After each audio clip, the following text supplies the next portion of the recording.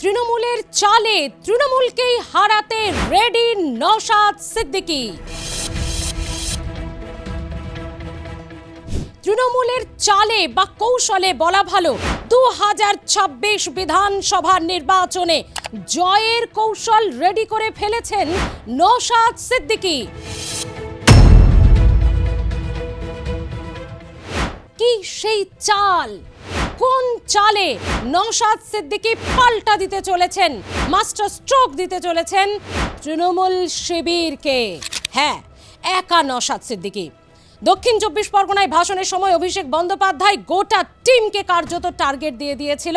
31টা আসন, একটা শুধু নেই 24 পরগনায়, দক্ষিণ 24 পরগনায়। তা হলো আইএসএফ এর জেতা ভাঙড় সিটটা, সেটাও মানে ভাঙড় চাই, তার মানে আইএসএফ শূন্য করতে হবে। আর কেন নওশাদ সিদ্দিকীর টার্গেট, সেটাও নওশাদ সিদ্দিকী খুব ভালো করে বলে দিয়েছেন। 293টা আসনে যারা বিধায়ক আছেন তাদের কারচুপি সামনে আনছি আমি, তাই তো আমাকে টার্গেট করা হচ্ছে বলেছেন নওশাদ সিদ্দিকী। এবার 2026 প্রত্যেকটা সিটে টাফ ফাইট হবে। বলা ভালো নির্বাচনটাই কার্যত পুরোটাই হাড্ডাহাড্ডি লড়াই শুধু নয়, গোটা ইতিহাসে সমালোচকেরা বলছেন, রাজনৈতিক বিশ্লেষকেরা বলছেন বিধানসভা নির্বাচন একটা হবে বটে এই 2026-এ। তাই তো দেখুন, কোথাও কিছু নেই, এখনো নির্বাচন কমিশন কোনো রকম বিজ্ঞপ্তি প্রকাশ করার কথা বলল না।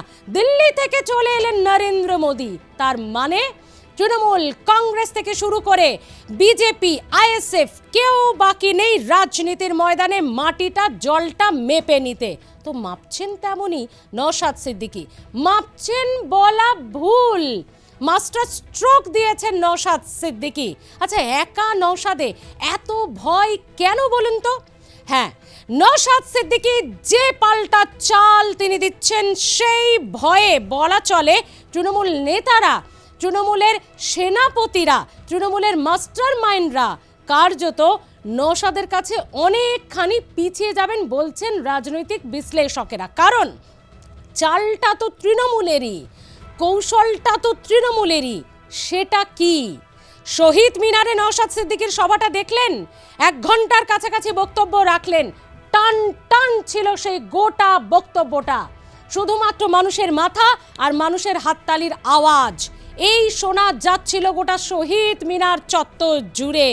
মনে হচ্ছিল যেন ব্রিগেডে কোনো লিডিং পার্টি এই রাজনৈতিক সমাবেশ করছে। কে বলবে মাত্র একটা সিট এই দলটার দখলে, তার বিধায়ক নওশাদ সিদ্দিকী। ভাঙড়ের ভাইজানের জন্য একটা আবেগ যে মানুষের মধ্যে রয়েছে, বিশেষ করে সংখ্যালঘু সম্প্রদায়ের মধ্যে, সেটার বলার অপেক্ষা রাখে না। তাই তো হুমায়ুন কবির নতুন দল গঠন করেও নওশাদ সিদ্দিকী একা বিধায়ক, সেই দলকেও আমন্ত্রণ জানিয়েছেন। নওশাদ সিদ্দিকী তো স্পষ্ট বলে দিয়েছেন যেটা বলার, সেখানে চটেছেন আবার হুমায়ুন কবির। সে যাই হোক, তবে তার আগে অবশ্যই বন্ধুরা চালটা আপনাদের বলি আপনাদের, কারণ নওশাদ সিদ্দিকী যে মাস্টার স্ট্রোক দেওয়ার কথা বলেছেন, তাতে কিন্তু খানিকটা হলেও চিন্তায় পড়তে পারে তৃণমূল, মানে এমনটাও হতে পারে। মাস্টার স্ট্রোকটা কি? লক্ষ্মীর ভান্ডার। হ্যাঁ, শহীদ মিনারে দাঁড়িয়ে এই নামটা তিনি উচ্চারণ করেননি, টার্গেট করেছেন মহিলা ভোটারদের। কারণ 2025 জানুয়ারিতে যে খসড়া প্রকাশিত হয়েছিল নির্বাচন কমিশনের মাধ্যমে, সেখানে দেখা গেছে প্রায় 7.5 কোটির মতো ভোটার এই রাজ্যে, তার মধ্যে 3.5 কোটির বেশি ভোটার মহিলা। তার মানে তৃণমূল নাই মানুষের, বাংলার মানুষের, বিশেষ করে মহিলাদের পালসটা খুব ভালো করে বোঝেন তৃণমূল সুপ্রিমো মমতা বন্দ্যোপাধ্যায়। এবং তিনি বুঝেছেন মহিলাদের যদি আমি আমার দিকে রাখতে পারি, মহিলাদের যদি আমি মাথার উপরে হাত রাখতে পারি, 3.5 কোটি ভোট কম নয় বন্ধুরা। সেটা পেলে এই রাজ্যের মসনদ দখল করার মতো একটা পরিস্থিতি তৈরি হয়ে যায় খুব সহজে। আর সেটাই এবার চালের পাল্টা চাল দিলেন নওশাদ সিদ্দিকী। আপনি কি জানেন 2026-এ ভোটের পর আপনি 5,000 টাকা করে লক্ষ্মীর ভান্ডার পাবেন? হ্যাঁ, ঠিকই শুনছেন, 5,000 টাকা করে লক্ষ্মীর ভান্ডার পাবেন। হয়তো সেটা লক্ষ্মীর ভান্ডারের নামে থাকবে না, কি নামে হবে আমাদেরও জানা নেই। বলছেন নওশাদ সিদ্দিকী, মা বোনেদের এই ১,১২০০ টাকা দিয়ে কেনা যায় না, মা বোনেদের এই এত টাকা দিয়ে ভোট কেনা যায় না। এই অভিযোগ রাজনৈতিক নেতারা বহুবার করেছেন, বিশেষ করে শুভেন্দু অধিকারী অভিযোগ করেছেন। আবার পাল্টা তিনিও বলেছেন কি, আমরা ক্ষমতা এলে ৩,০০০ টাকা দেব। হুমায়ুন কবির থেকে শুরু করে আরও অনেক রাজনৈতিক দলের নেতারা বলেছেন আমরা বাংলায় ক্ষমতা এলে এই টাকা দেব মহিলাদের। মানে যতই আপনি লক্ষ্মীর ভাণ্ডারের নিন্দা করুন না বন্ধু, দিনের শেষে কিন্তু ভোটের হাতিয়ার এই লক্ষ্মীর ভাণ্ডার, যেটা 2021-এ করে যার ফল পেয়েছে হাতে নাতে। ভোটের প্রোটোকল বা নিয়ম অনুযায়ী যতদিন অবধি সেই প্রকল্প করা যায় তার আগেই ঘোষণা করে দিয়েছিলেন তৃণমূল সুপ্রিমো। মাথাটা দেখতে হবে তো কার, এবং সেই লক্ষ্মীর ভাণ্ডারের সুফল আজও পাচ্ছে তৃণমূল, এমনটাই বলেন রাজনৈতিক বিশ্লেষকেরা। দেখুন, যতগুলো প্রকল্প তৃণমূল এনেছে তার বেশিরভাগটাই মহিলাদের জন্য। কেন বন্ধুরা? ৩.৫ কোটি সংখ্যাটা মাথায় রাখতে হবে তো। ভুল ৩.৫ কোটিরও বেশি, সেটা আবার 2025-এ চলে গেছে, 2026 এসআইআরও হয়েছে, আরও কিছু বেড়েছে কমেছে। মানে মহিলা ভোটটা নিজেদের দখলে রাখতেই হবে।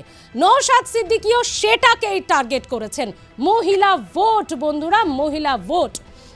শুধুমাত্র ৫,০০০ টাকার ব্যবস্থা তিনি বলেননি, এটাও বলেছেন রাজ্যে শুধু মা বোনেদের হাতে ৫,০০০ টাকা দেওয়ারই ব্যবস্থা করব না।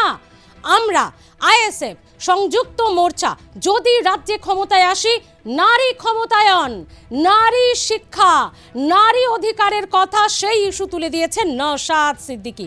মানে এই যে সেন্সিটিভ জায়গাটায় হাত দিয়ে ফেলেছেন, মানে মানুষের আবেগে হাত দিয়েছেন নওশাদ সিদ্দিকী। আর সে কারণেই অনেকেই মনে করছেন তৃণমূলের যে প্রকল্প নিয়ে বছরের পর বছর, টার্মের পর টার্ম, 2011, 16, 21 এই রাজ্যের ক্ষমতায়, এই রাজ্যের মসনদে থাকা, তার একটা কারণ কিন্তু এই প্রকল্পগুলো। সেটারই কার্যত এবার সুফল ঘরে তুলতে চাইছেন নওশাদ সিদ্দিকী। দেখুন, যিনি এবার ডাবল ডিজিটের কথা বলছেন, হ্যাঁ ডাবল ডিজিট, এই ছবিটা অনেক পুরনো। হয়তো এই ছবিটার সঙ্গে তার বর্তমান যে বক্তব্য, আইএসএফ আর একটি সিটে নয়, আইএসএফ এবার ডাবল সিটে বিধায়ক দেবে। মানে আমরা যদি ধরেও নিই সেটা 10-এর বেশি, 10, 11, 12 যতই হোক 99 পর্যন্ত সেটা হতে পারে। তিনি এও বলেছেন, নওশাদ সিদ্দিকী শুধু ভোটের কৌশলগুলো, জেতার কৌশলগুলো আপনি ভাবুন, তিনি এও বলেছেন ডাবল ডিজিট আসবে এবার বিধায়ক আইএসএফ থেকে, প্রত্যেকটি জেলায় প্রার্থী দেব। তিনি এত সুবক্তা, এত রুচিশীল, এত শিক্ষিত, মার্জিত একজন রাজনীতিক, যিনি এটাও মেনেছেন না 294টা আসনে আইএসএফ প্রার্থী দেওয়ার মতো, মানে প্রপাগান্ডাই নেই, তিনি প্রার্থী দেওয়ার মতো অবস্থায় আইএসএফ নেই, সেটা এখনই পারছি না।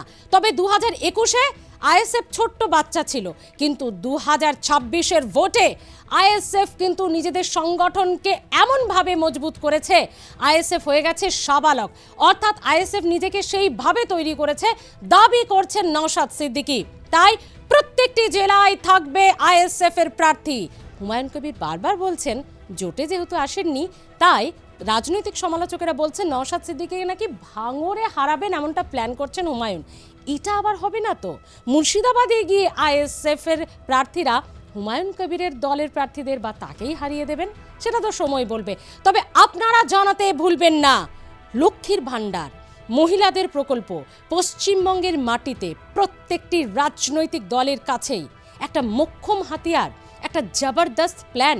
ভোটে জেতার জন্য আমি, আপনি, আমাদের মতো মহিলা ভোটে কি তাহলে রাজনীতিকদের প্রধান কৌশল হয়ে উঠছে? যেটা বিজেপি বলছে আমরা এলে 3,000 দেব, তৃণমূল সুপ্রিমো তো 1,000, 1200, 500 থেকে প্রায় ডাবল করে দিয়েছেন। নওশাদ সিদ্দিকী বলছেন, লক্ষ্মীর ভাণ্ডারের উল্লেখ তিনি করেননি, আবারও বলবো যে আমরা ক্ষমতায় এলে, আইএসএফ সংযুক্ত মোর্চা ক্ষমতায় এলে 5,000 টাকা করে ব্যবস্থা করা হবে। তার মানে এই মহিলা প্রকল্প, মহিলা ভোট, মহিলারাই কি তাহলে ক্ষমতায় কোনো সরকারকে আনার জন্য রাজনৈতিক দলের প্রধান টার্গেট হয়ে উঠছে? জানাতে ভুলবেন না। তবে তার আগে এত বড় টান টান যে রুচিশীল বক্তব্য, যে একেবারে রাজনীতির ময়দান, এই মৃদু শীতেও মানুষের ঘাম তোলার মতো একটা বক্তব্য রাখলেন নওশাদ সিদ্দিকী, তার একটা টুকরো অংশ আপনাদেরকে শোনাবো। কিভাবে প্ল্যান কষেছেন তৃণমূলের চালে তৃণমূলকেই পাল্টা দেওয়ার জন্য, শুনুন।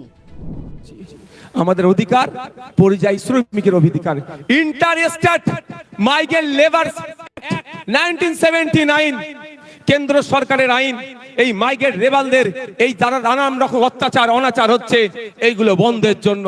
কিন্তু দুর্ভাগ্য আজকে এখানে যারা উপস্থিত হয়েছেন মুর্শিদাবাদ, মালদা, দিনাজপুর রাজ্যের বিভিন্ন জায়গা থেকে এসেছেন, যাদের অনেকের বাড়ির লেবার ছেলেরা মাইগ্রেন্ট লেবার হয়ে ভিন্ন রাজ্যে কাজ করছেন, আপনাদেরকে জানানো হয়নি inter state migrant labour act 1979টা কি।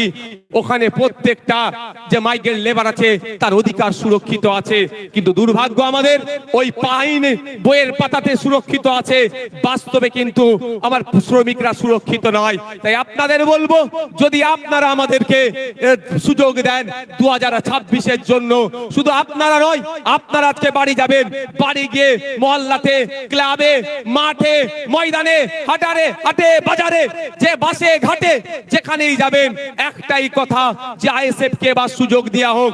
আইএসএফ এই চোর ডাকাত গুন্ডা মস্তান গুলোকে সরিয়ে দিয়ে সুস্থ সমাজ ব্যবস্থা নিয়ে আসবে, যে এই সমাজ ব্যবস্থায় সরকারি কর্মচারীরা তার হকের দিয়ে পাবে কেন্দ্রীয় সমাহারে, যে সমাজ ব্যবস্থায় শূন্য পদগুলো পূরণ হবে, বেকারত্ব দূরে সরানো হবে, যেই সমাজ ব্যবস্থায় আনিসের বিচার হবে, তামান্নার বিচার হবে, তিলোত্তমার বিচার হবে, যে সমাজ ব্যবস্থায় নারীরা তার অধিকার পাবে, যে সমাজ ব্যবস্থায় কৃষক তার উৎপাদিত ফসলের দাম পাবে, যে সমাজ ব্যবস্থায় আমি আপনি মেহনত করছি, আমার আপনার শ্রমের মূল্যায়ন হচ্ছে না, এই শ্রমের মূল্যায়ন হবে, মিনিমাম ওয়েজেসটা আমরা বাড়াবার ব্যবস্থা করব, যে এই সমাজ ব্যবস্থায় নারীদের হাতে শুধু 1000-1200 টাকা তুলে দিও নয়, নারীদেরকে ক্ষমতায়ন করতে গেলে আমরা মনে করি কম করে 5000 টাকার ব্যবস্থা করতে হবে, সেই সমাজ ব্যবস্থা আমরা নিয়ে আসবো।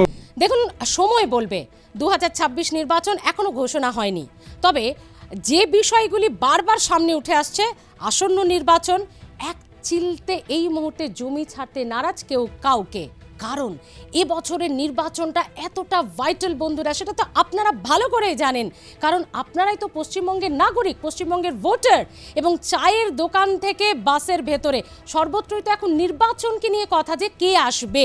দেখুন, একটা এই রকম অবস্থাতে যেন চলছে, বিজেপি হয়ে গেলেও হতে পারে, তৃণমূল হলে আরও একটা টার্ম হবে। এখন দেখার এই তৃণমূল বিজেপি তো দূরে থাক, যেভাবে নওশাদ সিদ্দিকী এগোচ্ছেন, যেভাবে যুব সমাজের কাছে তিনি আইডল হয়ে উঠছেন, তার বক্তব্য শুনেছেন। তিনি এই যে 1 ঘন্টা বক্তব্য রেখেছেন, তারপরে শেষে 4-5টা তিনি অনুরোধ করেছেন, কি সুন্দরভাবে বুঝিয়েছেন, আইন হাতে তুলে নেবেন না, যে কোনো রাজনৈতিক দলের নেতা কর্মীরাই হোক, কেউ নিজেদের মধ্যে অপোনেন্টকে মারার জন্য আইন হাতে তুলে নেবেন না। এবং বারবার তিনি বলেছেন, আমাকে, অভিষেককে, শুভেন্দুকে কখনো দেখেছেন আমরা মারামারি করি? শুধু মারামারি করেন আপনারা, রাজনৈতিক দলের কর্মীরা, মরেন আপনারা, কই আমরা তো সেটা পথে নেমে করি না। এই বক্তব্য যদি রাজ্যের প্রত্যেকটি বিধায়কের হয়, তাহলে তো সত্যি রাজনৈতিক হিংসে বন্ধ হয়ে যাবে পশ্চিমবঙ্গে, তাহলে তো সত্যি কোনো মায়ের কোল খালি হবে না। কবে পাবো আমরা পশ্চিমবঙ্গবাসী হিসেবে সেই রাজনীতিকদের, এই নওশাদ সিদ্দিকীর মতো? জানাবেন কমেন্ট বক্সে। তবে তার আগে অবশ্যই আপনাদের অনেক ধন্যবাদ যে এভাবে আপনারা এই সমস্ত ভিডিওগুলিতে যেভাবে কমেন্ট করছেন, যেভাবে আপনাদের মতামত জানাচ্ছেন, ভালো হোক মন্দ হোক, সত্যি আমরা আপ্লুত। ভালো থাকুন, দেখতে থাকুন আর প্লাস নিউজ ডিজিটাল।